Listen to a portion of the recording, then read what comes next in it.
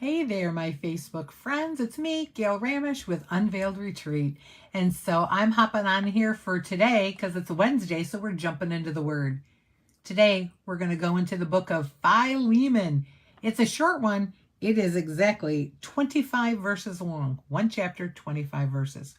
But I want to give you some backstory because it's quick and it does help a little bit to understand what's going on. So the book is written by Paul. Paul wrote a lot of letters in the New Testament. And this particular letter is written when he's in prison. So he is sitting in prison. And while he's in prison, he meets this slave, or former slave, because he's in prison, by the name of Onesimus. And Onesimus was Philemon's slave. So that's how we get the book of Philemon, because it's a letter Paul is writing directly to Philemon. And he's writing to it to say, hey, your slave, Onesimus, he's here with me.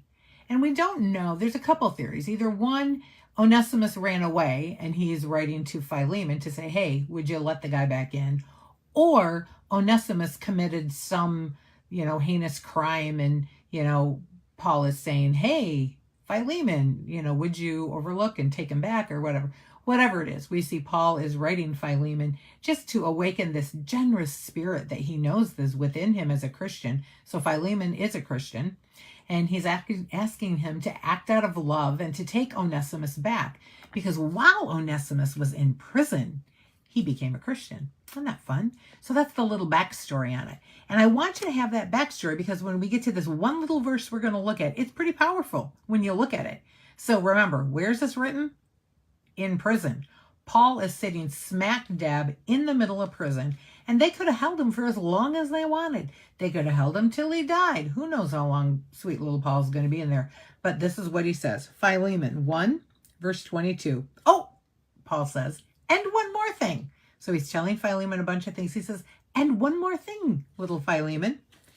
Prepare a guest room for me because I hope to be restored to you in answer to your prayers. These prayers, those are called believing prayers. Prepare a guest room. In other words, he's telling Philemon, hey, dude, get the room ready because I am coming. Because he's believing God's going to answer. How strong is his belief? Well, he's telling Philemon to get the guest room ready because I'm coming. So get the guest room ready. Because I hope to be restored to you in answer to your prayers. Because he knows Philemon is praying for him. And so he's saying, Philemon, God hears, God answers, believe. Believe and put your faith in motion. And you're praying that I'm coming? Well, then get the guest room ready because I am coming in answer to your prayers. So my question for you is, what are you praying about? What are you asking the Lord for that you need to put basically the guest room ready in relationship to your prayers? So I'm praying, as you know, next week is Unveiled, and we are so excited. And I have an item that I've ordered that is the key piece for Unveiled. It hasn't come yet. It was supposed to be here April 1. Has not come yet. I am like, hurry up. But this morning, believing it's coming, I have pulled out the tools I need to prepare this item. Because God's going to answer and they're going to come. And so I've got everything ready for it to go into motion. So what do you need to set out? How do you need to prepare a guest room for the Lord to not to answer your prayer, but in response to the confidence that God is a God who answers prayer? What do you need to do? So my friend, if you're not registered for Unveiled yet, we are closing it down pretty quick here. So let's get your name on that list ASAP, because we have already told the camp how many we have coming.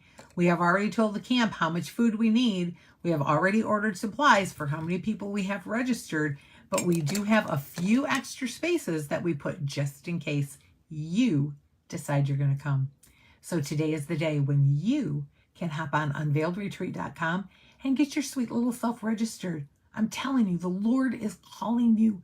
He's got a work he wants to do in you and for you, and I don't want you to miss it.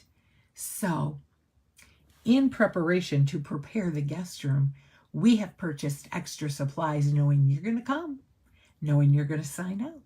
So, hop on unveiledretreat.com. The retreat's next week.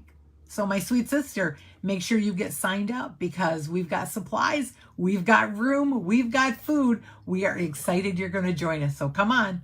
See you next week.